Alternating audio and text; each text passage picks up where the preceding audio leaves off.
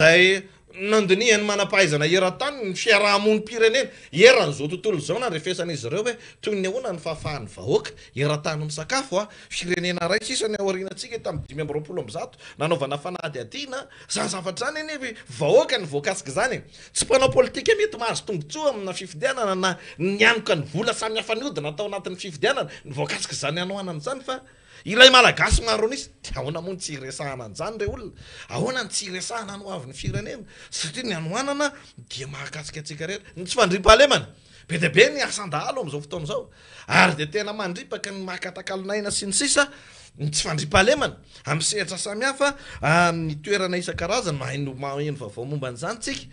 ahoana ny tsy resahana an'izany ny atao hoe tsy fahafahan'ny olona manjifa araka ny tokony ho izy ny farafaha-kely ny ilainy mba olombelona feno azy ny fahampianaranjanaka ny fitipana-fody ny fitsabotena zany angeka mbola realite iainan'ny olona am'izao fotoana izao hoe so zany adinitsika de tsy ho fakafakaina ve zany tsy ho resahana ve zany tsy hoentina ve ny fanady adiana samihafa mba hahafahana miresaka an'izany satria mifamatotra amin'ny raharaha politika zany ny vidim-bary eny de miazakazaka miakatra ihany kanefa de mieritreritra tsika ny amin'ny hoe arinambara fa dia isan'ny mahomby amin'ny politika ampitantanana ara-toekarenana ny foto-tsakafo am'izao fotoana izao nefa tena mihamanahirana le lanjam-bola angeka miantotongana ihany ao anatin'izay tsy tena maritoerany ary ahina zany raha pitso raha afaka pitso ny amin'ny hoe toy ny ahoana no avy nyity vola malagasy tya sy izay mety fiatraikan'izany ny resaka pratika politika moa tsy ho resahana intsony raha iretsaka tsika ny amin'ny hoe ohatrany mbola tsy vita ilay fianianana fa ohatrany miatsoroka ny asan'ny filoham-pirenena sady lasa amin'ny niasa miatrikivoriana raisam-pirenena de inona moa ny dikan'izany de osytsika mametraka fanontaniana isa-tokantrano de ahoana nytoany da inona ny hitranga de retsika ny amin'ny hoe ninninona nambaran'ny fianakaviam-be raisam-pirenena amin'ny zava-mitranga dia hoy izy ireo hoe alaonay firenena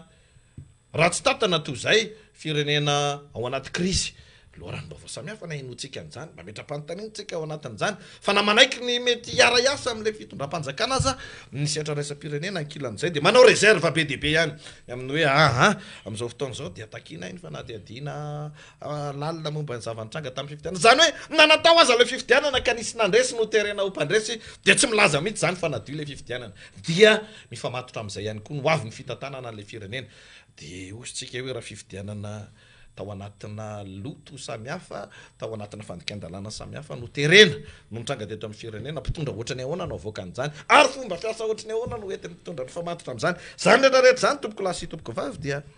tsy maintsy ho fakafakaina ary tsy maintsy ho entina mahafandaharana samihafa na atao anatin'ny angaretona na ny anatin'ny miara-mamonjy amin'ny fotoana iverenan'izany na ny makafakana politika samihafa mianga avy aty amin'nkolo sy any amin'ireo onjam-peo samihafa toy ny fréquence plus ny top radio sy ny radio mata sy ny sisy de tsy maintsy miresaka an'izany satria zay le hoe miaintsika atao anatin'ny raharaha sy ny fiainam-pirenena izany be de be no azo resahana araka izany fa tsy ilay araka ny nambaran'ny sasany hoe de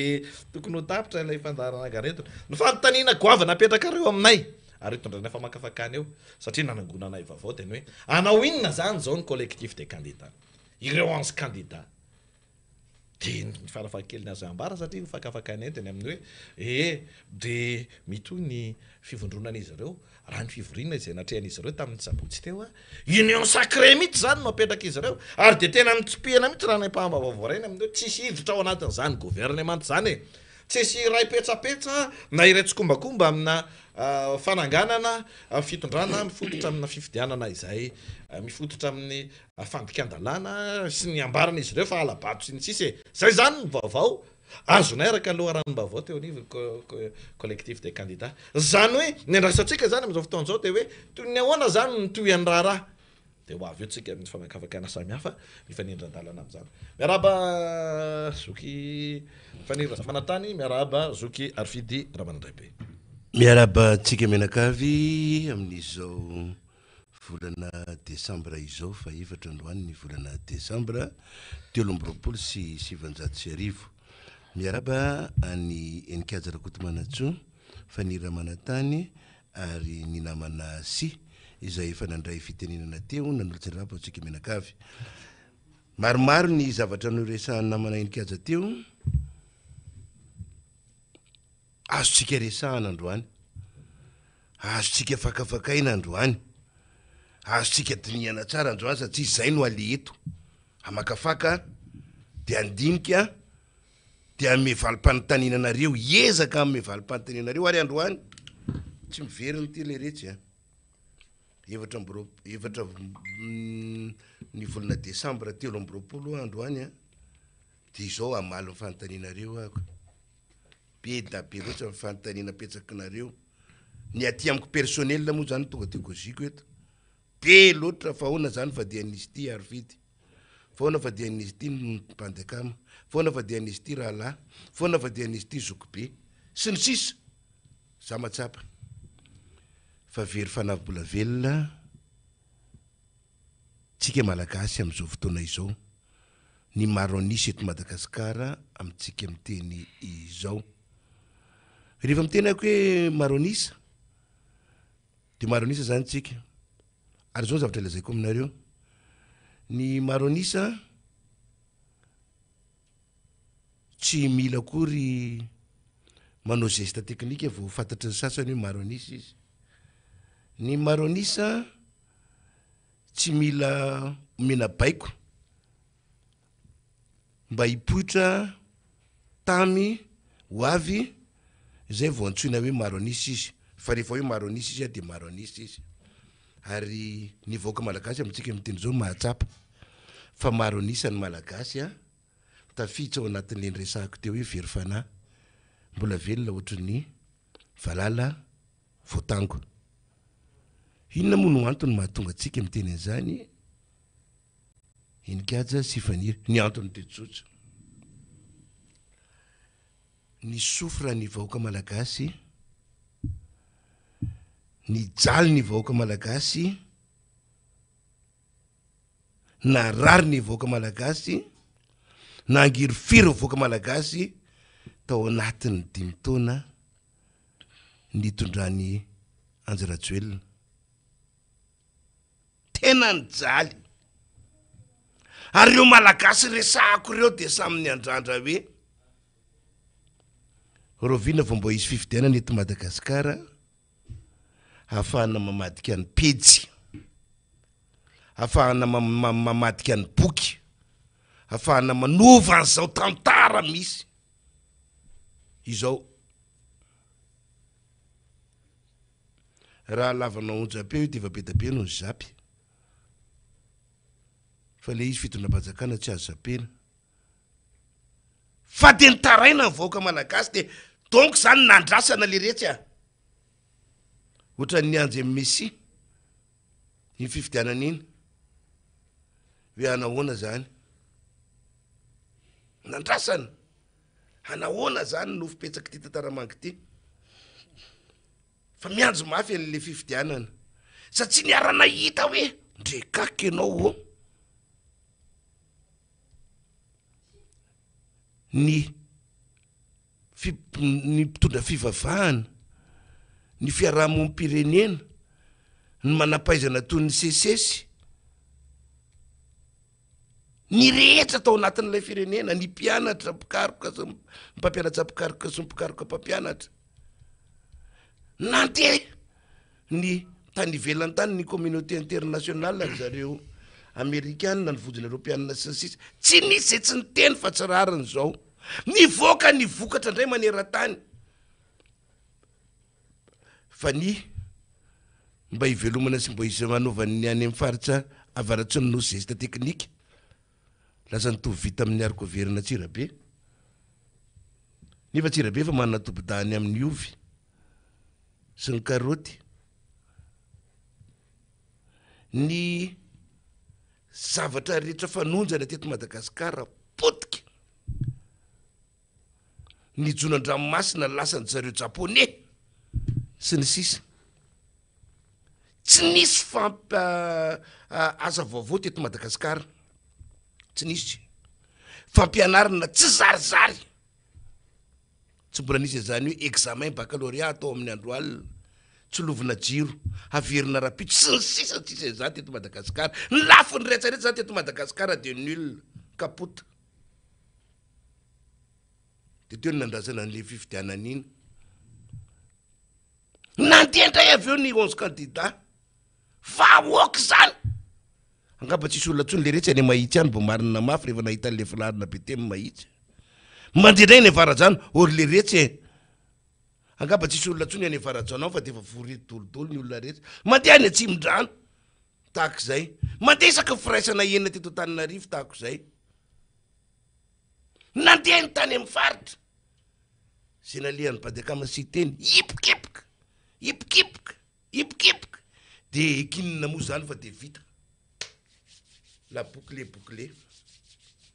vita matavy Ianjy Rajoelina zay le constatation hita maso le rehetra zay le zavatra ny ainatsika menakavy izay ny antony hoe andrasany fifidianan'io fa vita matavy io ka na ohatra araka tsy na dia araka tokony zay le fifidianana fa niembitra ny candidat folo isa fa hoe tsy mitsy amin'io zay tsy te ho tomponantoka amin'io zay na ohatra ka nitsa de matosi teny andrena solony haiko ka nilaza aloha itsy foako azy na raha ko mahazo azy ao akaiky ao anatiny ao vita le fifidianana ary rehefa vita le fifidianana tena ny constatation rehetra teto Madagasikara ny preuve irréfutable taorinan'ny constatation ny preuve na dia ndray fitakino asi voalohany confrontation aloha lohazavy ty sy ny ohatrohatr'izao zay vao mbo avoaka le vokatra no ane baye navoaka ndray le vokatra voaka ndray vokatra lany tany amin'ny 7 isanjato rehefa kapokapohana marito ny tatsy de natao petatoko ny tatsy de nabotsina ny tatsy de nahena ny tatsy de nitaroana ny tatsy de nentina tamin'ny androalina ny tatsy de navadika tariny vato ny tatsy lany le président de nentina teny communauté internationale ndray re zavatsireo lany le président navadika ambony navadika ambany lany le président Ianjy Rajoelina de tonga amizay nareo manontany ny Arfidy fa ahoana tena fa diany de ho zako hoe aza manontany tsony après ty fa voakako androany ny dossier zao ny antony le rehetra na ny vahoaka malagasy na le 11 candidat na i Arfidy Senikajy sy Faniry Sisia na ny fiarahamonim-pirenena na ny observateur na ny mpanaramaso mpifidianana eto atoerana sy ny anivelany de ohatran'ny lahy any zaho ozy le hira zay mitovy dolodolo tsika rehetrarehetra iny zay tovizatsika zay eto andaniny eto amin'ny ilany eto misy any Andriamatoa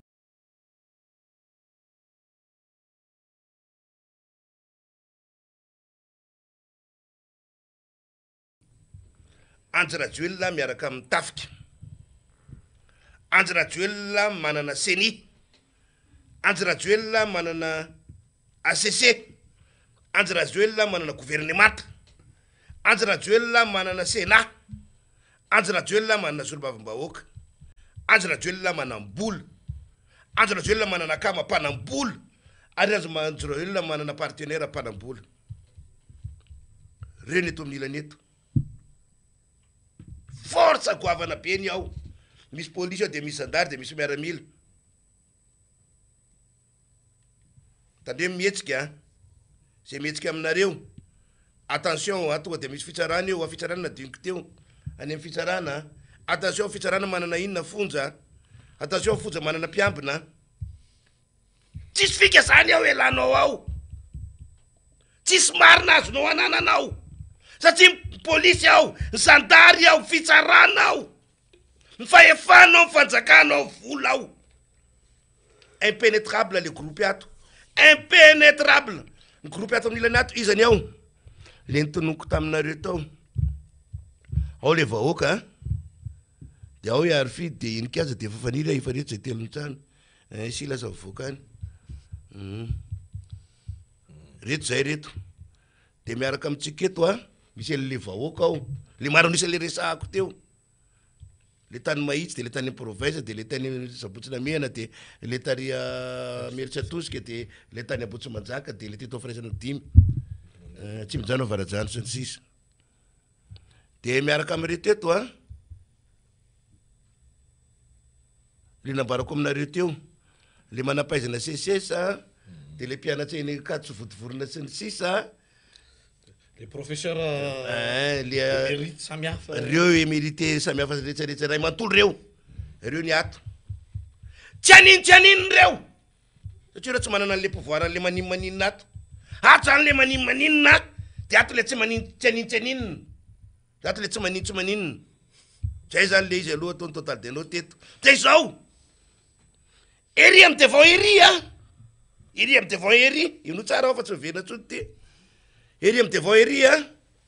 le communauté internationale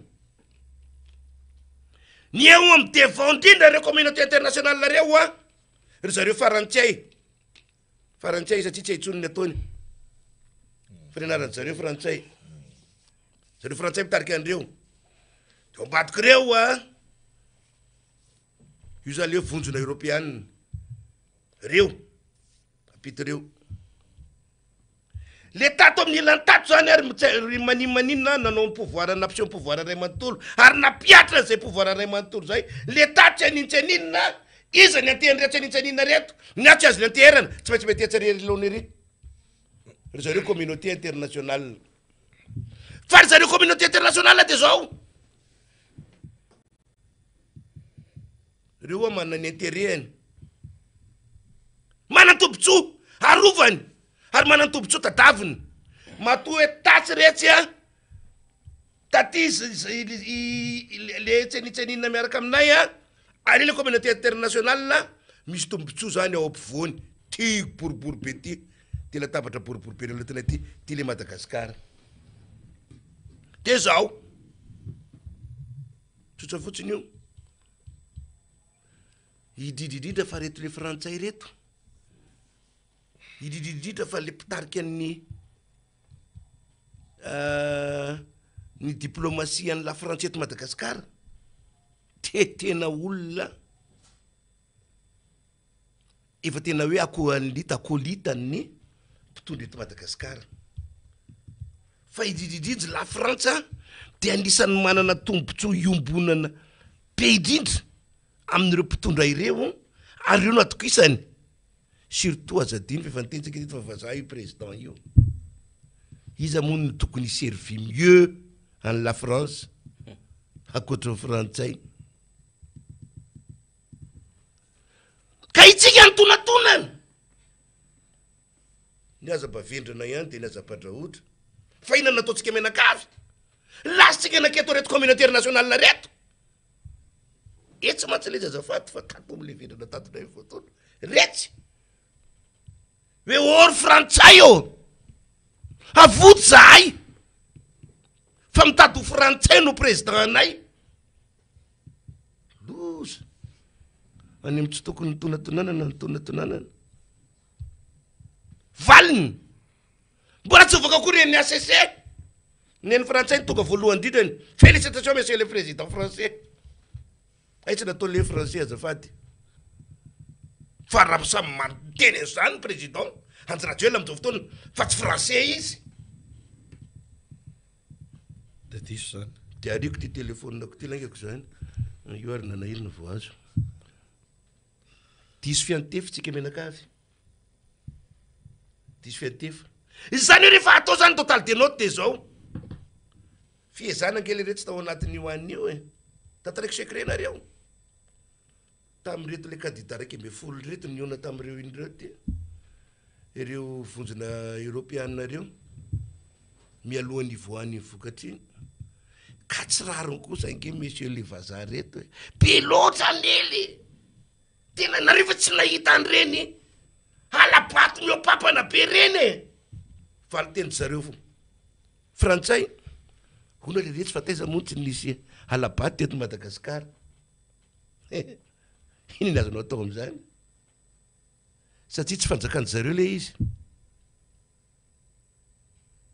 dia amin'izao fotoana zany rehefa ny occidentaux no mampianatra atsika angalabato rehefa ny occidentaux no mampianatra atsika handika lalàna satria na mitena reo mihitsy a normal ary tsy magaga raha ohatra ka any Afrika any manontolo any ka miainga ny anti français zay mihitsy ny laza zay mihitsy ny mahalaza azy zay ny azo ilazana azy tsy manan-kitsony tsy manan-kitsony hoentin'ny frantsay ny any Afrika na akolaka firenena maro maro any Afrika eo amin'izao fotoana izao tsy magaga tsony zany fe zany a zava-misy zany tsy analizy akory zany fa fitotonana zava-misy zany dia rehefa mijery zany tsika dia matsapa hoe ay tokoa ve zany a i Madagasikara isy zany taraiky eto ambonin'ity tany ity dia rehefa mahita tsika menakavy rehefa mahita hoe oay le reetse tsika hono ny olona tsy mihinan-kanina indrindra maneran-tany fa raiky amby roapolo amby zato amin'ny faharoa amby roapolo amby zato tsika ho ny firenena mantra indrindra maneran-tany tsika ho ny firenena masiso sy maloto indrindra maneran-tany tsika ho ny manareny voatra maloto indrindra maneran-tany dia tsy mahagaga noho izay fiarahantsika amin'ny la frantsay izay za miteny aminareo a je ne suis pas xénophobe ny xénophobe dia tsy tia vazaha fa mandehanareo makao Maurice ao etsika kely itsy Maurice ny abeaza Maurice zany akely no province Tananarivo ohatsana Tananarivo ville mahery kely fa paradis zany le rehetra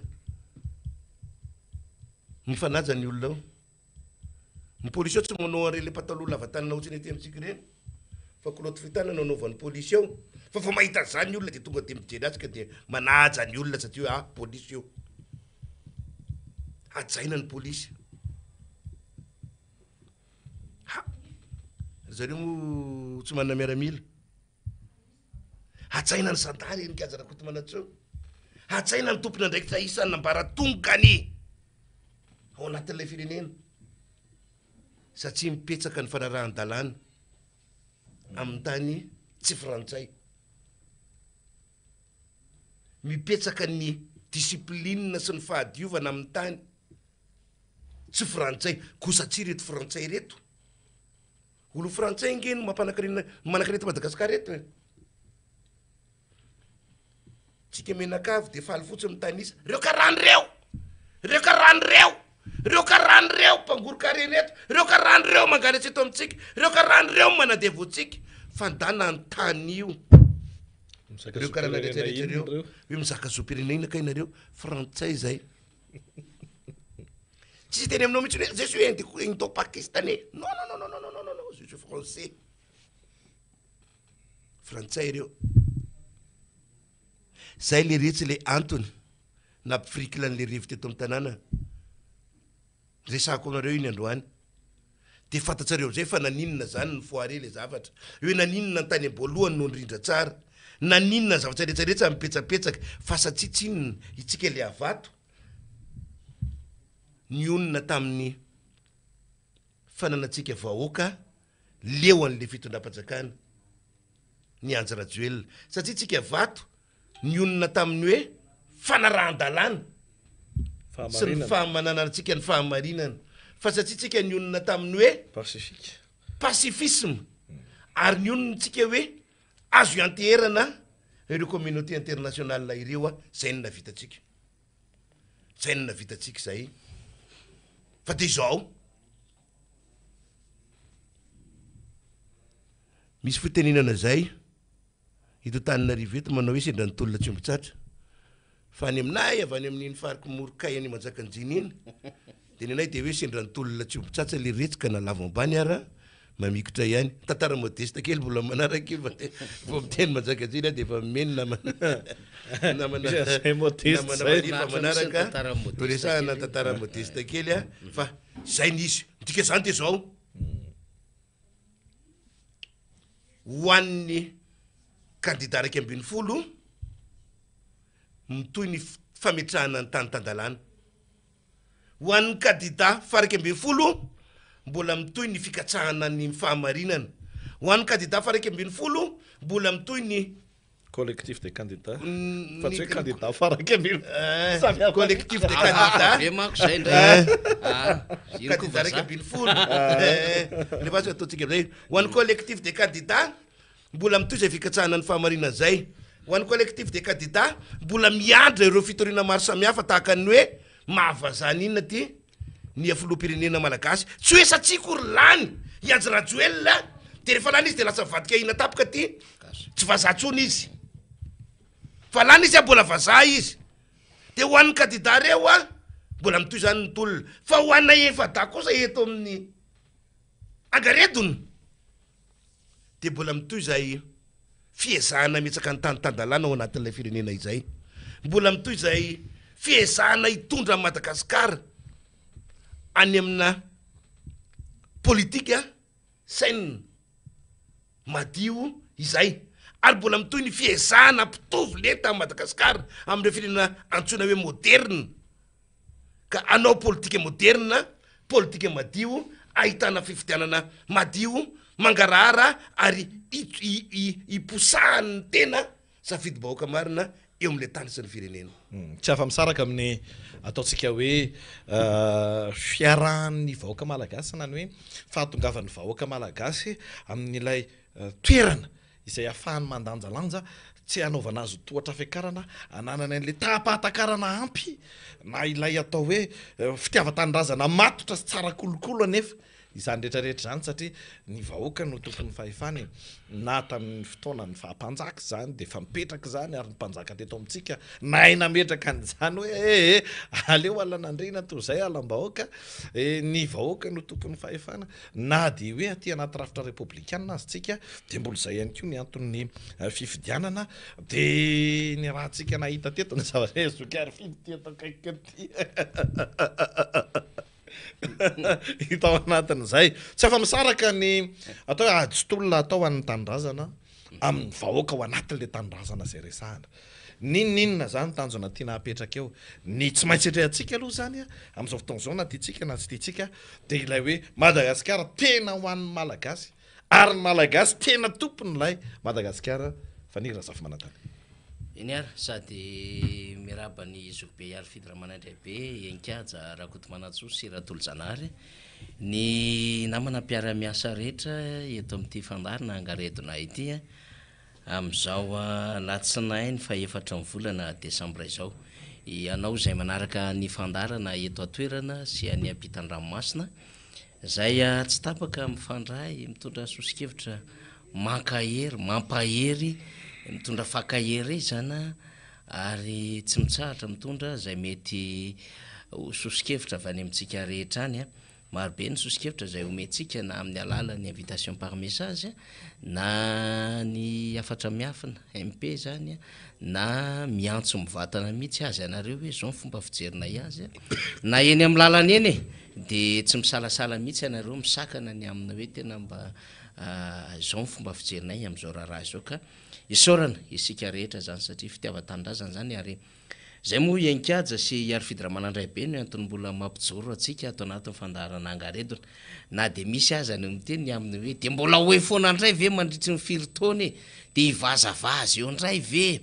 tsy mba mety reraka ve tsy mba mety leo ve sy ny sisa fa zany fitiava-tanindrazana zany de ohatrany hoe loharano tsy mety rehetra zany ary sarotra vonono zany rehefa hoe tafiditra ao anatiny zay tena hoe figoana ny tena hoe tena fitiava-tanindrazana zay ka tena iainana isan'andro amina toerana amina vanim-potoana rehetra de tena tsy mety maty fa miroborobo akoatrin'le hoe tena asa zay tsara mampafantatra ny asa zay tokony ho fantatry ny vahoaka amin'ny akabeany mihitsy nylay fandaminana ny asa rehetra zay tokony ho tandrifony ny vahoaka malagasy tokony ho tandrifony reo olo-pirenena sy reo tompona andraikitra rehetra eto amin'ny firenena de zany no alaifa tsy manina de zany no antony mbola mahatonga atsika zany mbola ato anatiny zany fandarana izany isan'andro ary inona moa no tokony akivy atsika fa isika angetsy miresaka amin'ny olona zay verina hoe fa tsy mitovy fiaviana amintsika fa ny malagasy mitovy fiaviana amintsika no resantsika inona moa no tokony areraka atsika raha ohatra ka ny amin'ny hoavy ny taranaka sy ny firenena no resahana inkajarakotomanatsoa ary inona moa no tokony hanipazantsika gan raha ohatra ka ny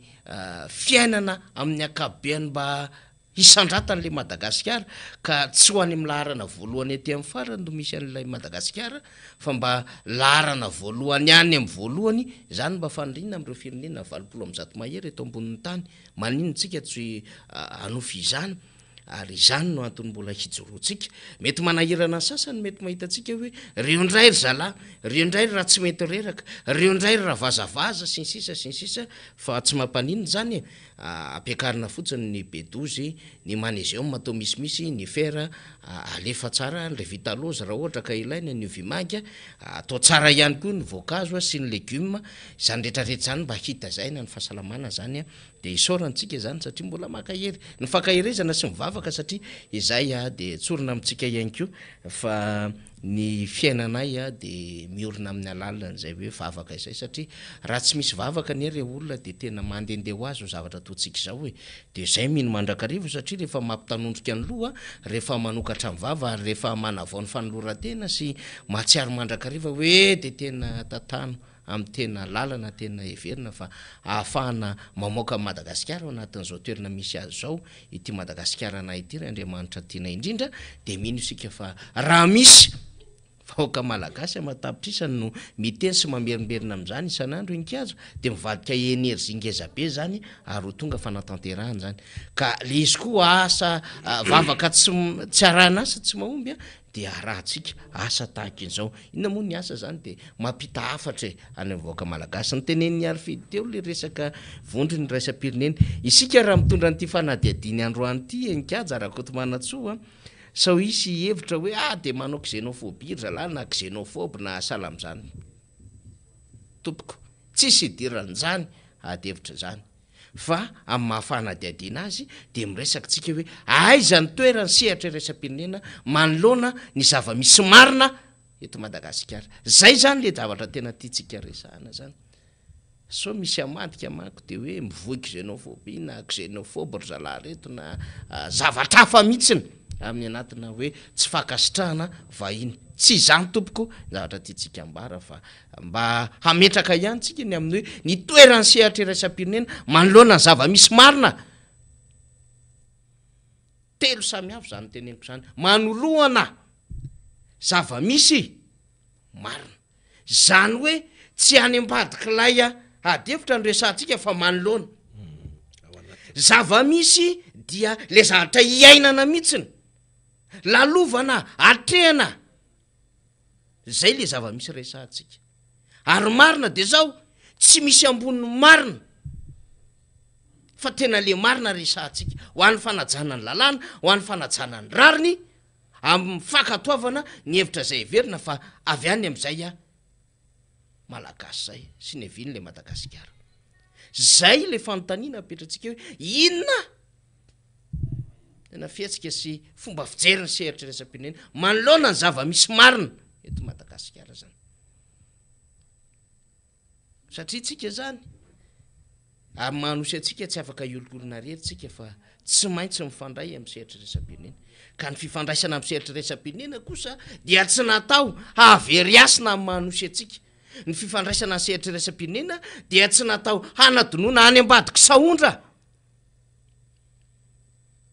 ny fankatoavan-dalàna sy ny fanajana ny rariny sy nitsiny zay tokony joroany ty Madagasikara ety fiteniko mandrakarivana hoe tany amin'ny fanjakana teny zany fanjakana teny zany tsy mbola nahalala soratra mbola tsy nampiatra lalàna zany ary mbola tsy nisy androm-panjakana no efa mifanaiky malagasy fa tena ifampitondra mba hampanjakana ny rariny sy nitsiny ary na tsy nalala aza ny baiboly enkajy Rakotomanatsoa na tsy nahafantatra aza ny lalàna de nahafantatra izy hoe aza ny loha samanginina ny jerevitra fa Andriamanitra tapony loha de nahafantatra izy ny aminy hoe natainombo mivadika aza tsy misy mangalatra satria mino zay inony izy dia amin'ny alalan'le hoe marina rariny sy hitsiny zay tena naja malagasy fa taty aoriana zany tsika rehefa sendran' zao lalatsarotra zao de mitady sy mikariko tsika ny aminy hoe inona mba hevitry ny vahiny rehefa tsy mifampiaino anaty ka sarotra ihany ny alalana satria nikajarakotomanatsoo na de nikariko avaolana ara ny FFKM na de nijoro ary ny présidenten'ny assemblée nationale na de niteny ara reo groupe de médiation nationale isan'izany angenikajy le groupe des experts nationaux teo aloha ihany no karazana mivadika na groupe na médiation de hitatsika moa zany nisy fluenceni teo aloha misy premier ministre misy ministre teo aloha misy général efa misotro ronono na dia nijoro aza ny fiarahamonim-pirenena nanaitra ny zava-misy dia tsy zany zava-misy teto Madagasikara satria tsy mieno an'lay fijoroana anaty am'ireo malagasy nanana vaolana an'ireo malagasy nanaitra ny am'izay hoe ampanjakao marina ny rariny sy nitsin'izay le mpitondra fanjakana na de nitototonkariko an'izany aza lay collectif de candidats nefa rany tsy maintsy nakany ny sehatresam-pirenena hoe io zava-misy fa sody anareo mba enony lay mpitondra fanjakana fa tsy ohatran'izay ny zava-misy ny sehatra iresa-pirenena rehefa miasa zany de mijery amin'ny alalan'ny intérêt sy ny rapport de force inona ny tombontsoa mety amin'izy ireo inona no endriky ny fiovankevitra fiovakery sy fifandanjakery eto Madagasikara mety tary le ery fa am'izao fotoana zao ohatran'izao ndray fifandanjakery eto Madagasikara mirona makaizy tsika satria izany no ahafahantsika manao lecture ny intérêt atsika satria inona moa no ahatongavany sehatresam-pirenena eto Madagasikara raha tsy anana an'izay mety intérêt économique sy intérêt politique anizy any amin'ny raha teo vola zay efa najoro tao anatin'ny firenena mikambana ny siny zany banque mondiale ny FMI ny Union européenne sy ny sisa izany taty aorina sy ireo agence onusienne rehetrarehetra zay miasa ao anatin'izany tena hoe hodidina eo anivon'ny firenena mikambana zany na tontolon'ny fahasalamana io na tontolon'ny habitat io na tontolon'ny fandrarana io na tontolon'ny resaka sécurité io fandripahalemana zany na tontolon'ny mahaolona io sy ny sisa de misy agence an'izany eo anivon'ny firenena mikambana de nitaraintsika de nitalaotsika de nitantara amin'izy ireo tsika hoe zao nge le zava-misy ainanay e fa adiny ray monja raha ela indrindra taorina nylay valim-pifidianana de efa nandrotsaka ny fangatahany nandrotsaka ny fanambarany ny sehatra iresa-pirenena de rehefa nandrotsaka ny fanambarany ny sehatra iresa-pirenena dia manana fakatoavana am'lay fitondram-panjakana zany hoe ohatrany tsy nisy daholo zany ny adevitra mikasika indrindra ny fitarainana nataony collectif de candidats mikasika indrindra ny tsy famelana ny vahoaka malagasy haneonevina am tsy fisiny liberté d'expression liberté de presse ny réunion fahafahana mivory ny fahafahana mivezivezy de circuler ohatrany tsy misy daholo zany ohatrany tsy misy zany ny fandratrana na azo ny vahoaka malagasy sy ny mba tena hoe fahafahana fangetahetana mba haneo hevitra amina toerana anankiray de ohatrany tsy misy any koa ianikajarakotomanatsy sy ary fidira manandray be lay fitarainana ny am'ireo fanolana na lalàna maro be na teo amin'ny androm-panjakana na teo amin'ny fomba fifandrindrana ny amin'ny fitantanana amin'ny mahaolona sy ny antoko politika sy ireo fikambanana sy ny syndicat sy ny sisa ramba manam-pandrina anio hevitra ohatrany tsy misy ny fanairana nataon'ny collectif des candidats sy ny fiarahamonim-pirenena hatramin'ny transparency hatramin'ny syndicat hatramin'ny ONG maro samihafa ny aminy hoe efa saritsary-pifidianana sisy io fa na ny vokatra rehefa fantatra ny sasa mbola tsy mandeha fifidianana de efa mahafantatra fa tsy maintsy holany tsy maintsy holany ary dia tsy nety niditra tany anatin'ny nahadevitra fikaroam-baolana sy fanatsarana no avin'le firenena de ohatrany tsy nisy daholo zany zavatra rehetrarehetra zany teo anivony sehatra resam-pirenena fa zao fandaninandro mibetsaka vatany voanavoaka ny ACC ididy ary ny ACC raha teo fa tsy magaga ahoana ny eritreretanao hoe misy requête ataona candidat hafa raisinao fa misy requête ataona candidat hafa ahitanao motif fa tsy andraisana an'izany tena hafahafa be le izy tena hafahafa be ary rehefa tena dinianareo didina voakan'ny ACC nikajy Rakotomanantsoa ohatra am'izay de tahaka ny mamerary ny amin'ny olona ao anatin'ny fanjakana ohatra am'izany ny fampijoroana sy ny fanekeny izy ireo ny hijoroana zany fanjakana zay hitatana amin'ny alalan'ny vonjimaika ny fitantarana ny firenena miainga avy eo anivony antenimerandolo zany ary na de miteny ara fa tsy azo ivalozana fa eny amin'ny gouvernement collégial ny fitantarana ny firenena fa rehefa nesoriny teny ray na lefa teny amin'ny antenimerandolona de mety daholo zany fa raha ohatra ka misy vondron'olo lafa tahaka ny collectif de candidat mitondra requête eny anivon'ny fitsarana avy momba lalam-pandrenana de ahitana zany an'izay motifa zay ny amina hoe sarotra ny andraisana azy misy mifandavana an'ireny motifa reny ary misy ny fampiasana hevi-dalàna samihafa ny amina hoe no zao antony zao na no zao trangan-javatra ao dia tsy azo raisina na tsy mitombona na tsy mifanaraka am'izay mety hambarany lalàna reo ny fitoriana na requête samihafa zay hoentin'ireo vondron'olo lafa zany de gaga sy talanjony ianao hoe zany ve le mariny sy le rariny sy hitsiny tadiavina resy eo anatrehany zany fanjakazakana izany ve ka zay tompo-pahefana tompom-bolona zay tompo-pahefana no tompon'ny fanapahana zay tompo-pahefana no tompon'ny fampiasana an'ireo fahefana samihafa ahafahana manampina ny vavany sasany tsy hetsika na io fitsarana na io fitandrona ny filaminana na io fampiasana an'ireo ambaratonga andrafitra rehetra eny anivon'ny STD na CTD na de concentré io zany na décentralisé zany resahantsika STD na CTD zany de zao no vokany sy zao ny zavatra iaina malagasy am'izao fotoana zao enikajy Rakotomanantsoa tsy hoe mifametsiny anaty isika ny amina hoe diso hoe ny tetikady ny tondrana ny tolona na kely ery ve vaoka malagasy na diso natoko tena ve vaoka malagasy satria misy ray aman-dreny raiky ambin'ny folony joro niaraka tamin'ny olom-boafidy niaraka tamin'ireo apahana fiarahamonim-pirenena nitovitovy hevitra tamin'izy ireo na nisy syndika-nanoana ny hevitra na misy ray aman-dreny ara-drazana ny joro na misy ray aman-dreny ara-panahy ihany koa mba naneo hevitra nitovitovy tamin'ireo ray aman-dreny raiky ambin'ny folo teo anivon'ny collectif de candidat ireo tsia tsy azo sokajiana ohatran'izay le izy fa mazava ny tenin'ny Arfidy Ramanantray be teo de zao misy bloky roa samihafa mibloky ny fanjakana miaraka ny candidat mpanjakana na piasa ny fahefana rehetrarehetra teo an-tanany na piasa ny moyen rehetrarehetra teo an-tanany ary na piasa ihany koa ny fahafahana nanao ny lobbying teo anivon'izay sehatra resam-pirenena zay fa nisy bloky anankiray collectif de candidat zay niaraka taminy zany de nieritreritra fa ny herim-bahoaka nieritreritra fa fahefam-bahoaka nieritreritra fa aty amin'izy ireo ny marina ny rariny nitsiny ny ara-dalàna de zay ny entina niady kanjo ay tsy azo entina miady ny marina nitsiny ny rariny ny ara-dalàna enikajy Rakotomanantsoa am'izao fotoana zao eto Madagasikara fa madika be mihitsy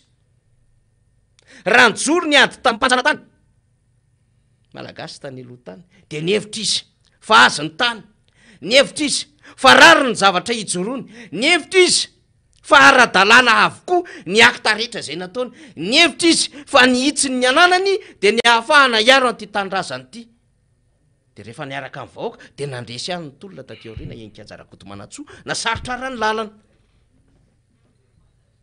de nanaiky ny rivotra ny ainana teto ambonin'ny tany ny sehatra iraisam-pirenena indrindra tao aoriana ny ady lehibe faharoa zay namoa anadevitra tamin'izany hoe tsy maintsy mamerina an'ireo fanjakana ny zanahany na reo firenena ny zanahany reo nanjana tany ary mamaritra fomba fiasa vaovao manomboka zao de omeo daholy zay endrika mampiseho ny fiandrianan'ilay firenena ny zanahanareo de io le ile zay paritra zay hoe any Madagasikara satria rattase amin'ny Madagasikara nge ny îles éparses talohan'ny colonialisation fa rehefa tokony namerina an'ilay Madagasikara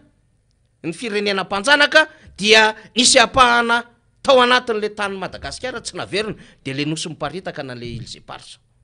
satria fatany fa ao ny enjeu na ao le lokan'ady économique lehibe any orinany ary mipory fotsika zany fa zany ny diva ny sasany hitazomana an'ity Madagasikara ty de rehefa mahita de mandinika n'ilay fihetsiky ny sehatry resam-pirenena enikajarakoto manatsotsika dia kivy malahelo nandray mieritreritra ny aminy hoe atraiza ny fahafantarany sehatra resam-pirenena ny marina ny joroany vaoaka malagasy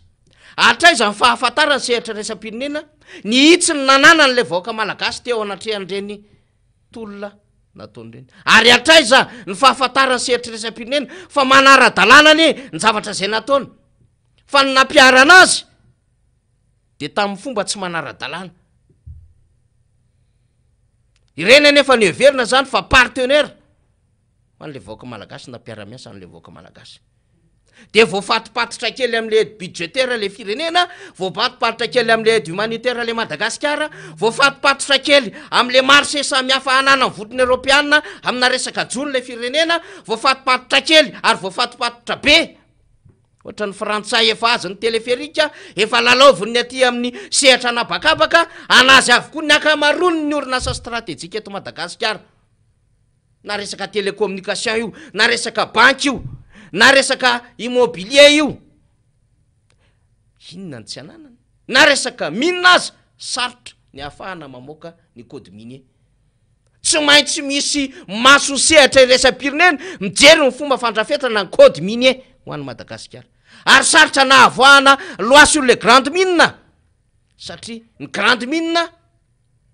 no ahafahana mifeny toekareny ny firenena anankiray ny atao hoe grande mine de reny hitatsika reny tahakan'izay misy any Ambatovy tahakan'izay misy any Fort Dauphin tahakan'izay ady hevitra be momba ny resaka base toliara sy ny sisa sy ny sisa de zara ho isika raha mba manana fahefana napaka amin'ny hoaviny lay malagasy ka tsy diso lalana tsy diso tetikady ny collectif de candidats fa teo anatrehana bloc maro samihafa teo anatrehana rapport de force tany an'izay nisy fahefana tany an'izay nisy moyen ary tany an'izay ny ronany heverina fa fahefana nampiasain'ny fanjakana de nandresy teo anatrehan'ilay fifidianana feno osoka sy alabato lay fahefana sadasada de ino ny ronany makany zany ny intérêt ny communauté-ko ny heverin'ny communauté zany fa rapport de force de zay manana fahefana afaka mibaiko institution afaka mibaiko ny fitsarana zay mety ho afa ampiasaina hanampina vavan'le malagasy ho an'ny communauté zany tsy rapport de force ny fahitana ny vaoaka marobe niaraka tamin'ny collectif de candidats angamba ho an'ny communauté zany tsy manana intérêt tokony hiarahana amin'ny collectif de candidats satria mandroaka vazaha ohatra sy mandroaka fa tsy manaiky nisy iny zay hoe candidat akoatra ny malagasy izay manahirana ny communauté zany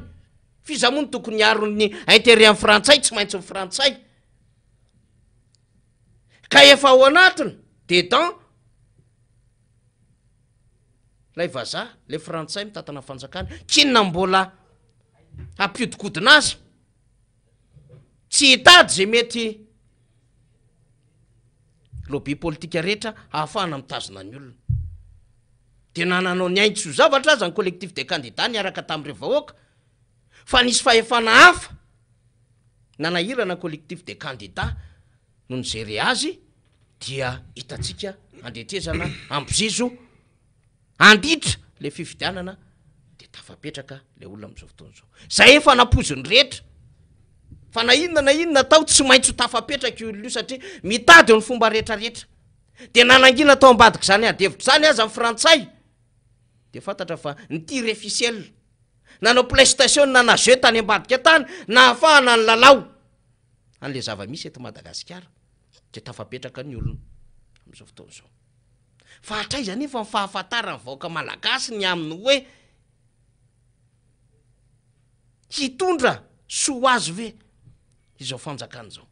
tena hiaro ny tombontsoany sy tena hitazomany tena ny fiandrianany sy matany masina ny Madagasikara ho azy ve lay olona mipetraka am'izao fotoana zao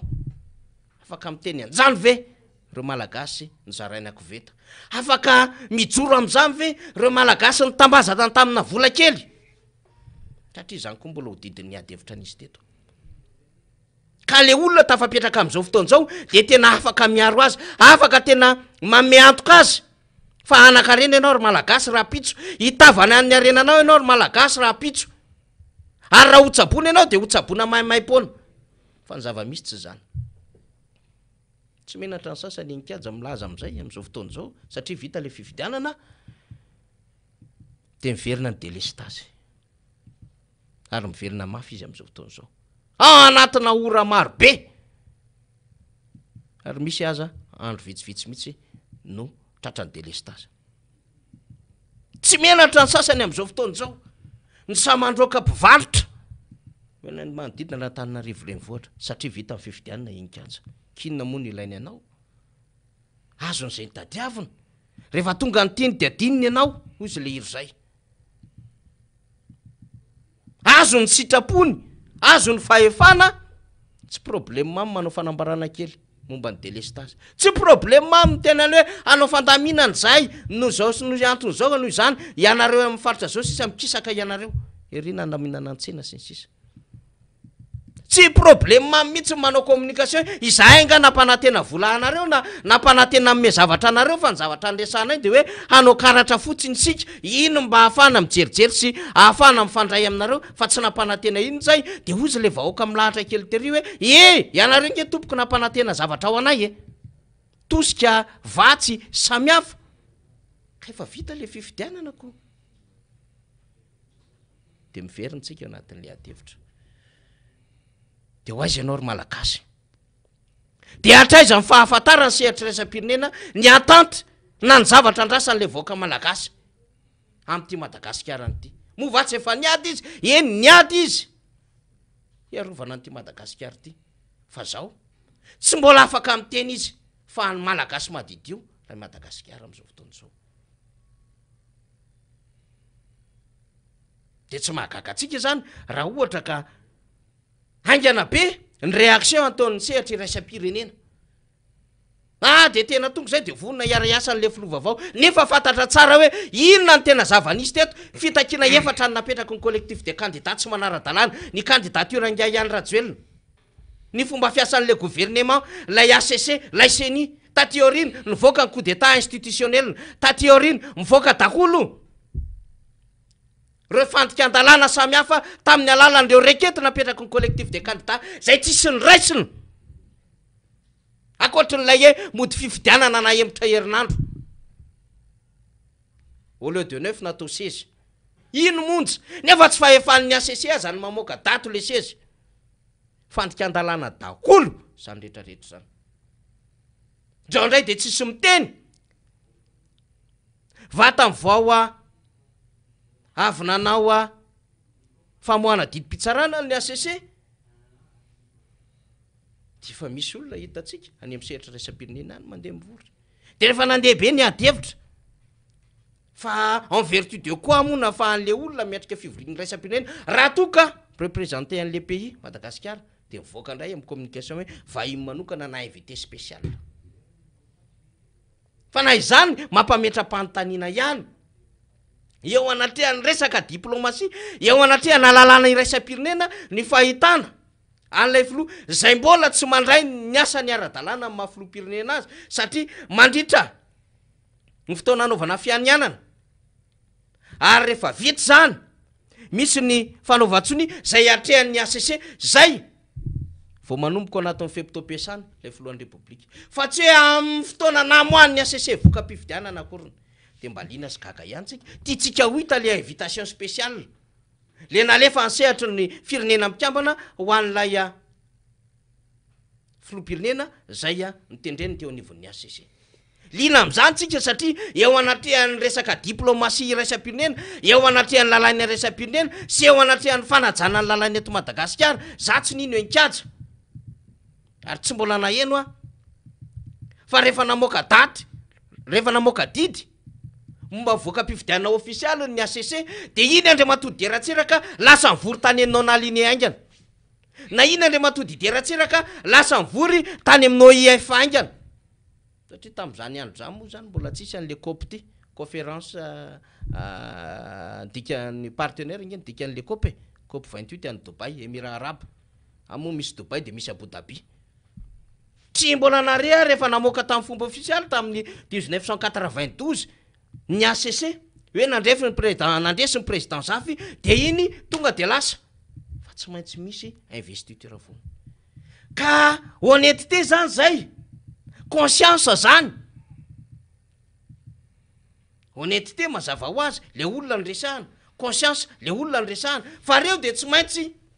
mifanindry sy mifanandrify amina resaka lalàna enikajy Rakotomanantsoa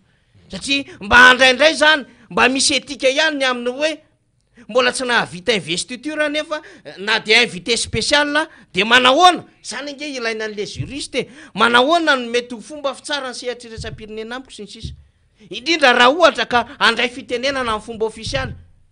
de mireprésenter an'izy de iza nefa le délégation zay tokony hitarika ny délégation ny teny état malagasy officiellement en Dubai am'izao fotoana zao sahirana be tsika miresaka an'izany enikatsa satria te hitady ny resaka pahalalàny iraisam-pirenena tsika sa moa miresaka amin'ny namana mpanao gazety de hoe so de mba azo raha ihany satria rehefa misy zavatra ohatran'izao zany de ilaina ihany ny mahazo ny feoan'ny pahay diplomatie iraisam-pirenena mahay ny lalàna iraisam-pirenena sisisa fa eny na hikariko an'izany ara moa tsikako hinona moa ny zavatra tsy efa ohatrany hoe naniditsidina fotsiny teto amitsika raha nandamosiny ganagana écoute ça les bois de monde ozy arifidy tsisy ny raha mihitsy ny zavatra andesahana teto fa mba liana zany tsika amina resaka ohatran'izany zany zao azo anaovana tezy tsara enikajy Rakotomanantsoa ho an'ny ankizy mpianatra hoe ahoana ny tena fampiarana ny lalàna sy ahoana ny mety ho fomba fandraisany sehatra resam-pirenena sy nasionaly ny filohan'ny repoblika namoahan'ny ACC vokatra ofisialy mitarika tamin'ny Isambato tamin'ny fiodinana voalohany kanefa tonga de efa miatrika fivoriana iraisam-pirenena na tiana na sy tiana fivoriana iraisam-pirenena COP 28 ary misy filoham-pirenena maro be tany zany mendrika anaovana fanadihadiana mendrika anaovana fikarohany zany hoe aiza daholo reo andiny-dalàna maro samihafa ara-dalàna ve zany na eo ary ny invitation spéciale natao an'ilay tompon'andraikitra tena te hafantatry tsika zay le tenentsika ny aminy hoe ahoana ny sehatra resam-pirenena fa so aloha enikajy Rakotomanantsoa na de teo aza le fanambarana nataony sehatra resam-pirenena nisy vorony Europeanina misy ny OIF misy ny Amerikanina ny Frantsay ny Japonais sy ny sisa de namoaka fanambarana manokana départementam-panjakana Amerikanina tamin'ny alalan'ny Mathieu Miller angamby izay raha sy diso de tao anatin'io mba misy tsirom-panantenana kely ihany ny am'le hoe hanao fanadihadiana ny am'ireo zavatra rehetrarehetra zay nanahirana tamin'ny fifidianana iny ao le izy ao hanao fanadihadiana zany hoe tsy ny olona zany tamin'le fanambarana iombonana niaraka tamin'ny sehatra resam-pirenena teto atoerana ny Amerikanina fa namoaka fanambarana manokana enikajy Rakotomanantsoa de mendrika anaovana ady-hevitra zany efa maninona no niavaka atao anatin'izay koa ny Amerikanina naninona ny Transparency International no nanao fanambarana so le fanambarana tato hitatsika tato enikajy Rakotomanantsoa fakitsika kely ihany hoe tsy mendrika hobina ny fandresena azo tao anatiny tsy fanarahan-dalàna ny kolikoly ary ny herisetra de gaga sy talandro ntsika zay le tenentsika hoe aiza marina le tena fahefana ary ahoana ny fomba fampiarana ny lalàna hitoviny eto Madagasikara fa raha nisy nangataka hiditra teo amin'ny kianjany 320 io nandritry ny volana ray mahery herisetra ny nampiarina taminy fa gaga sy talanjo ntsika enikajy fa misy olona tafiditra tampoka teo Analakely tamin'ny Zoma de iza ny napiditra andreny olo reny fa ngahazo ny dirana andray efa levenga ny hoe faritra mena mbola anatin'le hoe taoriana fifidianana nazotra mpifidianana misy atsika am'izao fotoana zao de maninona misy olona avela malalaka maninona misy olona tsy azo avela miditra amin'ny kianja ny 3 zay nge le nresantsika enkanja ny taxi moto nisy fotoana tafiditra teo amin'ny kianja ny 3 nandeha niodina teo fa maninona ny taty amin'ny heviny collectif de candidat tsy mba nahazo anjara tam'izany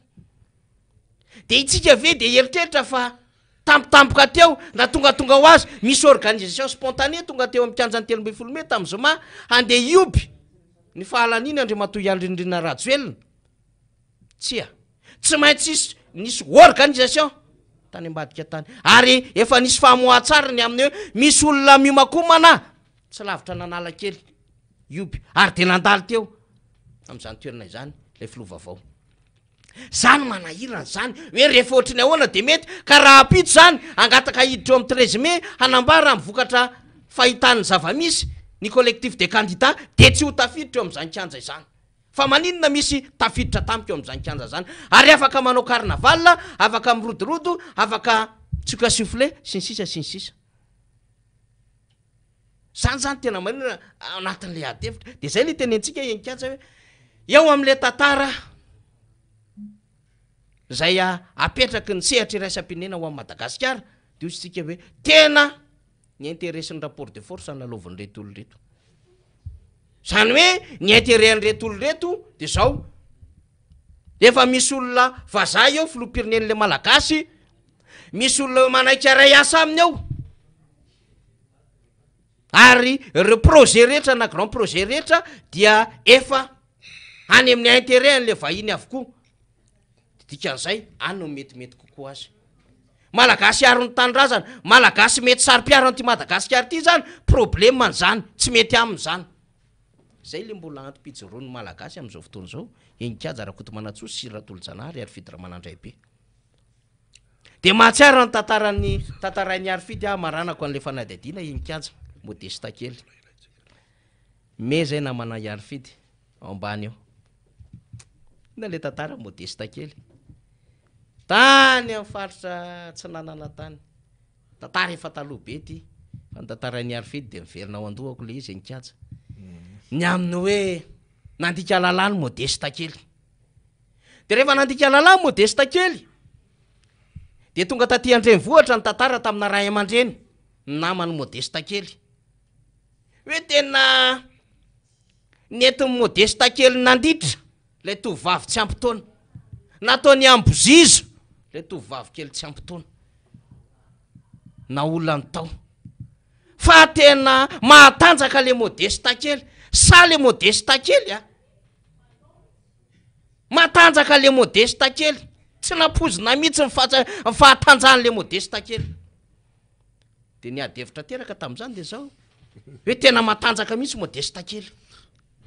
fa adiny tao ambadiky le tanjaky modesta kely le tovavy na olona ny tsy ampy-taona adiny tao ambadiky ny tanjaky modesta kely lay tsy fanarahan-dalàna natao modesta tamin'ilay tovavy adiny tao ambadiky zany ny fanajana ny zon'ny ankizy ny fanajana ny zoma olona fa de matanjaka fotsiny adiny tao ambadiky zany ny tokony fanarahan-dalàna hoe tsy azo atao miaraka amina zaza tsy ampy-taona fa de hoe matanjaka modesta kely nampitolagaga ny rehetra misy modesta kely netiny nanditra ambozizo lay tovavy kely de vita ny somatsara de zany tena matanjaka tokoa le ry de zany le zava-misy am'izao fotoana zao misy matanjaka ny ambadika any adino fa nisy fanolahana lalàna tao nisy fanitsahana lalàna tao nisy fiarovana an'le zolo le vahoaka malagasy tao adino daholo zany rehetrarehetra zany fa zao any an'izay afaka mampiasa hery sy matanjaka zany no fahefana enikajarako to manatsoa de zany ny tena mbola tokony isainany rehetra ny aminy hoe atraiza sy atraminy oviana no fahafantarana fa tena tokony hananatanjaka anaty firaisakila le vahoaka malagasy hiaron'le taniny ka tsy afaka hanao am'izay tiany atao zay mieritreritra fa manana fahefana na fahefan'ny vola na fahefan'ny lalàna na fahefan'ny androm-panjakana de atramin'ny sehatra iraisam-pirenena eny aza tahaky ny mandeha fotsiny mandalo ny observateur international na mandalo eto amintsika de mody mamitrapetraka fanambarana fa koa tiana tsy misy zay resordis izy raha mora favory na manao recommandation raha toromarika fizamony raha ny recommandation 2018 enikatsa sy 2019 de zao ndray mametraka recommandation 2023 fa izany teny fa ho ataon'le fitondram-panjakana tokoa zany hanatsarana ary na miteny ary ny départementam-panjakana amerikana hoe anao fanady adiny io hoe io fifidianana io tsisy manome garantie mihitsy tsisy afaka mame antoka an'izany fa ho taterahan'le fanjakana zany inikajarakotomanatsoa teboka anankiroa fa niry razafy manantany no everiko hoe zavatra goavana zany a voalohany aloha le raharahantsika sa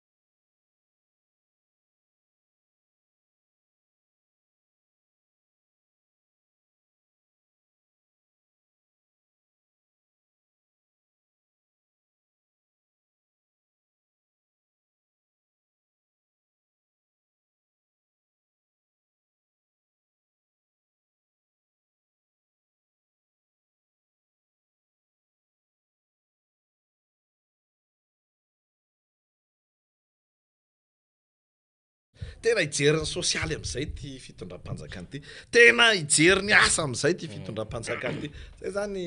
akilany am'izay lafin'izay moa de engany ozy faniry ato fa am'izay lafin'izay tsika mametraka faniry azafy manantany hoe rehefa jerenange ny fahatongavany amin'ny fitondrana am'izao fotoana zao dia noho ny fifampiarovana ny vola ary ny kolikoly zay le nambaran'ny transparency internationale complaisance l'argent et la corruption zany tsika ny namorona an'izany ary be dia be ny mpanaramaso ny zavantranga teto Madagasikara zany no mahita ny mahampitombona an'izany ny tranga izany de mbola nampiny ny transparency internationale aty ihany koa nresaka ny amin'ny hoe tsy mendrika fiobiana ny fandresena azo avy amina tsy fanarahan-dalàna de ozytsika hoe zao vao hijery lafiny sosialy zao vao hijery lafiny fampandrosoana sy ny sisa sarotsarotra no ahafahana amin'ny resaka an'izany satria ny pratika politika sy ny ataontsika hoe ilay fifampiarovana samy hafa hiazomana n'ilay fitondrana sy fahefana ilay tombotsoa raha toe-karena tsy maintsy arovana sy fampiarovana zay hoe mampatonga ny hoe nahatongavana teo amin'ny fitondrana zany raha ny zava-misy am'izao fotoana zao rehefa dinihana ireo fanaraha-maso samy hafa ireo tsoakevitra isan-karazany dia azahoantsika antoka ny amin'ny hoe tsy maintsy mitohy aloha zany mitohy ilay pratika ary mitohy ilay fomba izay ahafahana mijanona eo amin'ilay fitondrana manahirana be sujet ray manontolo zany faniry razafy manantany azotsika tena velabelarina amin'ny fotoana zay melabelarina azy ny amin'ny hoe raha ohatra ka zay le zavatra natao nisy fifampiarovana samy hafa tao nisy tombontsoa mifamatotra ara-toe-karena pouvoir économique zay mifehny pouvoir politika mahatonga ny fahatongavana sy ny fanaovana amin'ny fomba rehetra hatongavana eo amin'ny fitondrana mety hitondra zavatra pozitiva tahaka ny ahoana any amin'ny vahoaka zany adevitra be zany ary tena lavitra be oetantsika oentina amina lafiny zavatra maro satria be dia be no ohatra azo raizina amin'izany be dia be ny tranga izay efa niainana sy efa hita niainana teto azo jerena amin'izany ohatra ny mpiaro ara-toe-karena ara-politika ny mpitondra am'izao fotoana zao natratra amina flagrant délit ena fandikan-dalàna aza nisy fiovana ve ny resaka hoe namelana ny fitondram-panjakana anao izay fomba rehetra ny kalalana tsy nisy nanotoina tsy nisy fidinana an-dalambe tao anatin'ny efa-taona sy tapany 5 taona tena hoe nanana ny maro anisa tamin'ny lafiny zavatra rehetra nisy vokatra ara-toe-karena sy ara-tsosialy tena azo tsapaitanana ve fa nampahomby na tsara ny kalitao-piainany vahoaka malagasy nampiakatra ny fahari-piainany vahoaka malagasy iny zany lafiny anankiray iny ilay adevitra manodidina tena zay vao afaka tena ampandroso am'izay sy ny sisa sy ny sisa be dia be ny fandraisantsika atsika resana manaraka iny fa lafiny anankiray fa ny razafy manantany dia ity resaka hoe fanelikevitra ny sehatra iraisam-pirenena ny position misy ny sehatra iraisam-pirenena am'izao fotoana zao ty i Madagasikara manoloana ny sehatra sehatra iraisam-pirenena nankatoa ny fahalaniny ny Andriamatoa Rajoelina ho filoham-pirenena am'izao fotoana zao ty ny recommandation nataony Amerikana araka ny nambaranao teo zany momba ny hoe eny manaiky zay ara-iasa zay mety hoe malagasy eto amin'ny tany razany Madagasikara ho an'ny malagasy fa rehefa tena jerena de zao tena goavam-be ny tombontsoa ny vahiny eto Madagasikara ary arovan'izy ireo amin'ny fomba rehetra io na inona zava-misy eto Madagasikara tsy fantatra aloha raha ohatra ka mbola tsy tonga saina amin'ny zava-misy am'izao fotoana zao tsika malagasy hoe tena ohatra ny ahoana zany ny enjeu fa rehefa tena dinihana ny zava-misy faniry de zao tsy misy nizaniza azotsika malagasy antenaina tena hoe anandratra ametraka nyty firenentsika ty amin'ny toerana sahaza azy afa-tsy tsika malagasy zay zany tena teboka anankiray goavam-be tena mila tena tsakotsakotsika malagasy manoloana ny zava-misy so mantsiny andray ohatra tsika ny frantsay ny amerikana ny europiana eran'izao tontolo zao ary tsy maintsy miresaka géopolitika kely moa zany tsika ao anatin'izay zafy-manantany raha misy ny mpanome lesona manoloana ny resaka hoe ady mikolikoly manoloana ny resaka hoe tanitandalana de ireo ambaratsika hoe partenaire mpiara-miasa amintsika ireo de apetraka mihitsy hoe finitra ahafahana mahazo ny famatsim-bola sy ny fanohanana avy amin'ny mpiara-mombonatoka ny tanitandalana ny fanajana ny demokrasia ny ady mikolikoly de ireo ihany nefa ny mamoaka ny taremarika samihafa fa ny Razafy-Manantany sy Ratolo-Janahary ary Fidy Ramanandraibe momba ny hoe toy ny ahoana ny notiny Madagasikara am'izany corruption zany toy ny ahoana ny notiny Madagasikara am'izany état de droit zany toy ny ahoana ny notiny Madagasikara am'izany hoe tena hoe resaka état ny demokrasia zany na mifanajana ny zoma olona fanajana ny zoma olona hatram'ireny andizy am'resaka anohanina sy ny tsisy reny fa ndao tena ilay antony ifa mamatotra ny fiaraha-miasan'ny firenena ray ijoron'ireo firenena tandrefan'ireo fa ny Razafy-Manantany no raitsika de le hoe tanitandalana sy le hoe ady mikolikoly ny mangarahara fitantanana volam-panjakana fa lesoko manay zany omen'ireo zany fa androany tsika mametraka fanotaninany amin'ny hoe eny ary momba ny zava-misy manodidina n'iny fifidianana iny tsara de tsara ve zany ny notin'lay Madagasikara manoloana ny fahadiovan'ny fifidianana am'izao fotoana zao manoloana ny kolikoly tam'le fifidianana tsara de tsara ve zany manoloana ny reto fianakaviam-be raisam-pireneny reto ka mahatonga azy ireo hoe tena katoavinay fahalaniny io de manao réserve tsotsotra fotsiny zay kilan'izay de mazava be nanampy masy fotsiny ny fianakaviam-be raisam-pirenena zay ny fomba tsotra tenentsika manoloana ny zava-misy manampy maso ny fianakaviam-be raisam-pirenena hoe alao andeha am'izao nisy ohatra teo ndraisin'ny Fidy Ramanandraibe hoe izy zareo nitazany ary de je rapport de force izy ozy fa ny Razafy-Manantany tato fa nitsokevitra goavana ao anatin'izay zany de zao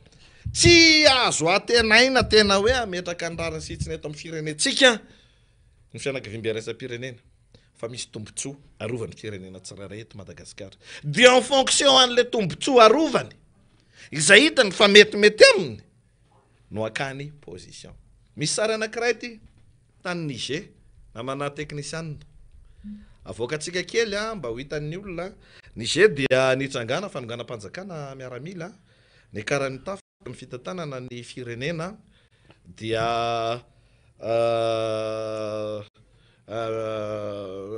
misy namana zany namana teknisiana misy sary zay fa nalefa ny sy Ratolo-Janahary ao maromaro moa zany ny firenena afrikanina no nisiny zay atao hoe fiakarany tafika teo amin'ny fitondrana firenena zay ary rehefa misy zany fanonganam-panjakana zany dia saika manameloka ny zava-nitranga hatrany zany zareo tandrefana ny amerikana sy ny sisa zany hoe ireo ambaratsika hoe fianakaviam-be raisam-pirenena fa ny zava-nitranga araka ty sary hitatsika alefa ny teknisianiny ty dia fa lavidavitra mihitsy le sary nanendry ny maso ivo andro zareo amerikana manoloana n'ireo mpitondra miaramila ny junte militaire au pouvoir tao Niger zany ny firenena amerikana de tatsika le izy misy zavatra tsy lojika zany ao anatin'izany zavatra zany hoe isan'ny nanameloka nylay fanonganam-panjakana fa manendry maso vo zay sinina na reconnaissance de rehefa mandinika an'izany ny mpahay fiarahamonina iraisam-pirenena zany de mahitany aminy hoe tena tsy maintsy mijery ny tombontsoany foana ny firenendehibe ty le izy namana fanira zafy manatany misaotra ny namana teknisianina mijery ny tombontsoany foana ny firenendehibe amina position raisiny ao amin'ny firenena anankiray zany hoe natirana tsy tiana zany mpiarahamombonantoka am'le firenena sy ny sisa fa ny raharaha ny position misy ny firenendehibe de any am'izay lafy ny veriny fa hiteraka tombontso azy de tsy afaka tsy resaka ny ka Madagasikara tsika fa ny rajafy manatany rehefa mandinika ny tranga tahaka an'izao entsika amin'ny teny hoe tsy sanatry hoe fankahalana vahiny fa tena zavatra tsotra le izy aizany misy ny tombontso anao ary aizany misy ny tombontso anao de mamaly an'izay fanontaniana zay fotsiny ny sehatra iraisam-pirenena ny fianakaviam-be iraisam-pirenena atony misy ny tombontsoako neny firenena frantsay nefa tsy mahagaga ny sehatra iraisam-pirenena tsy malaza azy ty fezateny voalohany ty enkaja les États-Unis izy confirme leur volonté d'avoir des relations diplomatiques avec la junte au Niger junte eneno mitantanany zany hoe fanjakana tsy ara-dalàna io fanjakana tsy fa any le intérêt zay indrindra de zay tombontsoany zay zany tsy maintsy manao calcul ny firenendehibe fa zao tsika malagasy mametram-panontaniana ao anatin'izany mbola devoir be tena devoir be tena mbola asa saina be ary tena ataotsika mihitsy hoe tena zany fanontaniana zany mantsitsika ny voalohany nametraka azy nametraka an'izany ny mena lamba nametraka an'izany ny mpitolona tam'izany fotoana zany ireo malagasy niaraka tamin'ny lefina ny tanapolo ny verina izy ireo fa fahifananana amin'ny herin'ny natiora tam'izany fotoana zany zay nivimbinana izy ireo ny ody gasy kely sy ny sisa nentina niatrika ny mpanjana tany vivato sakelika ao izy namana Siratolo Janary nametraka an'izany fanontaniana zany daholo hoe aiza ho aiza amin'ny tombontsoan'ny Madagasikara ahoany ty fireneko ty satria mazava be ny zava-mitranga eo amin'ny sehatra raisam-pirenena ny amin'ny hoe tena ny tombontsoany firenena vahiny foana ny tsy maintsy katsahany de zay afaka miaro ny tombontsoany no jereny hoe vao manamiantoka zany reto mpitondra miaramily reto nge nomelohan'ny fianakaviam-be raisam-pirenena sy ny sisa fa mazava ho azy ty zany tena hozy ny Amerikana misy toeran'ny frantsay very ao idiranay ny toeran'ny frantsay very efa mitady rava manko le zay 5 Sahel zany enkasa zay indrindra any amina resaka mandeha amina géopolitique tsika io zany ary efa very intérêt maromaro ny frantsay na Mali na any mihitsy le tiako atogavana sy sisa zany sy Guinée zany de mifahatra mafy zay le tenentsika hoe sao de misy mieritreritra fa hoe xénophobe zay na manao xénophobie tsy zany tompoko fa mba misy zavatra ihany mba miendrika horesana enkajy anatin'le adevitra ary tsy maintsy resahana ary fidy fanira zafy manatany Siratolo Janary ary fidy ramanandray be satria ny antony de tsotra ny zava-misy iaina ny firenena am'izao fotoana zao zany de tsy maintsy ibatatsika le vahoaka malagasy sokajiny mpanao politika hoe tena reto aty ambany aty tsy mahatakatra nininina tsy mahalala nininina reo hoe fa apetrao amin'ny toerana anankiray manahirana azy reo de alors reo eo de lalovitsika ny serasera aty lalovitsika ny resaka aty fa tsy takatra de bataitsika le vahoaka malagasy apetrakatsika eo amin'ny toerana hoe ore olona ny zava-misy ine zany de mazava be am'izao fotoana zao hoe tena tokony ampiratra ny masony malagasy rehetra fa nininina zavatra hitany zao tontolo zao hitany mpanara-masony fifidianana manoloanany hoe tsy nandeharaka ny tokony hoe izy ny fifidianana iny de tsy miainga avy am'izay verinao malagasy fa asoanao akory ny calcul ny firenena samihafa fa miainga avy amin'izay veriny fa afaka iarovana ny tombotsoany de eo zany tsika malagasy tena mila mametraka mihitsy am'izao fotoana zao hoe makaiza de ahoana izay tena hijerenany le Madagasikara mety ozy tsika hoe ahoana ny atakaran'ny olo-pirenenany zany fa zavatra faran'izay tsotra le izy rehefa tena dinihana sy everina misy tena fifoazana andrasana mihitsy zany eto amin'ny tanindrazatsika am'izao fotoana zao ahafahana mitondra ny adevitra any amin'izay tena ahafahantsika malagasy mandray atanana ny ty firenentsika ty ankilany tsy afaka miala amin'ny fanatotolontsika tsy afaka miolon'olona rery Madagasikara fa mila miara-miasa amin'ny mpiara-mambonantoka tena mariny zany ary be de be ny firenena no tahaka an'izany inona ny fanapahan-kevitra no raisin'ny Rwanda rehefa tena tonga amina point anankiray izy ny amin'ny hoe tsy maintsy manova rafitra mafy be ny javanitranga vitany raha be nampifandona ny hoto sy ny totsy tao Rwanda 1994 tam'izany potika le firenena ady hatrany tao anatin'ny herinandro ray volana potika le firenena nandeha ny ady hevitra samihafa ny raha na tonga mpitondra teo fa tena fiovam-penitra na hery vaika ny famiarenana ny kolotsaindry zareo napetrany najanony mihitsy aloha ho an'ny Filoha Paul Kagame tam'izany fotoana zany hoe ny teny frantsay tsy atao teny ifampitondrana sy ampianarana itsony tam'izany fotoana zany efa tany am 94-95 zany nandray fanapahan-kevitra izy hoe ny teny razana ny teny anglisy no apetraka de fanovany rafitra tena goavana be zany tam'izany fotoana zany no nataony zareo fiara rehetra be de be zany fanapahan-kevitra nraisina fa zany epoka tam'izany mety hoe nety tam'izany saingy ilay finiavana nanana an'le mpitondra tena roa andeha no nanova zavatra dia 30 taona ty arina miota n'le vokatra le nandraisana fanapahan-kevitra le firenena mila fahasahina goavana be zany mila fahaizana tena hoe miloloha ny tombontsoan'ny fireneny tena eo ampitandremana ny fifanarahana ny firenekafa satria ny zava-misy am'izao fotoana zao tsy azo atao mihitsy hoe hiala tampoka amin'ny firenena anankiray na hiala tampoka anao tsy vitany loha be fa mila tena hoe fitiavan-tany razana ao anatina fahaizana amin'ny lalao diplomasia zany ny fitondrana ny Madagasikara tena hoe hiala ao anatin'lay fifamatorana izay mahavoatsika amin'ny sehatra raisa-pirenena satria na tiana na tsy tiana mila resahana mahitsy zany fa nirazafy manantany ny fiaraha-miasa tamin'ireo partenaire atsika hatram'izay dia nahafahana nitazonaina fotsiny hoe miaina fotsiny zany de voalohany karaha mampiasa mpanjakana de ohatrany hoe bon misy fanjakana de mandeha eny fotsiny le fiainany voaka malagasy fa ilay rafitra politika niaraka tam'izay izay nananatsika fa namanapa-kevitra dia tsy nampitombo n'lay hoe kalitao-piainana tsy nanatsara le kalitao-piainana le vahoaka malagasy de eo zany le mila tena fantaritsika ary zay nyresahana hoe na tiana na tsy tiana zany manoloana ny position ny raisin'ny fianakaviam-piaraisam-pirenena tamin'iny resaka fifidianana iny de tena ahafahantsika miresaka mahitsy io tena tsy misy afa-tsika malagasy ny malagasy ihany no afaka atenaina tena hoe hitondra ny Madagasikara amin'ny lalany hoe fanarahan-dalàna amin'ny hoe fampandrosoana amin'ny fandrosoana fametrahana politika rafitra tena mety amintsika fa ny zava-mitrangana zany zao de tsotra ninninona zany olana hita tamin'iny fifidianana iny de mihizaka ny setra raisam-pirenena manatsotsotra n'le zavatra nitranga satria hoy izy ireo hoe aleo andeha am'izao de ny eto amintsika zany aty amin'ny lafiny mahamalagasy atsika dia ho lasa fomba mampanao ilay zavatra maro samihafa izay ozy ny mpanara-maso io setra raisam-pirenena ozy ny mpanara-maso malagasy maro hoy ny fiarahamon'ny pirenena malagasy maro samihafa hoe tsy fanarahan-dalana samihafa lasa ho fomba mampanao vankilany amin'ny fiaraha-miasa amin'ny any ivelany mitoy ihany ny fiarovan'izy ireo ny tombotsoany ao anatin'ilay fitantanana an'le firenena de tsy maintsy miezaka tsika malagasy mandiny tena manoloana an'izany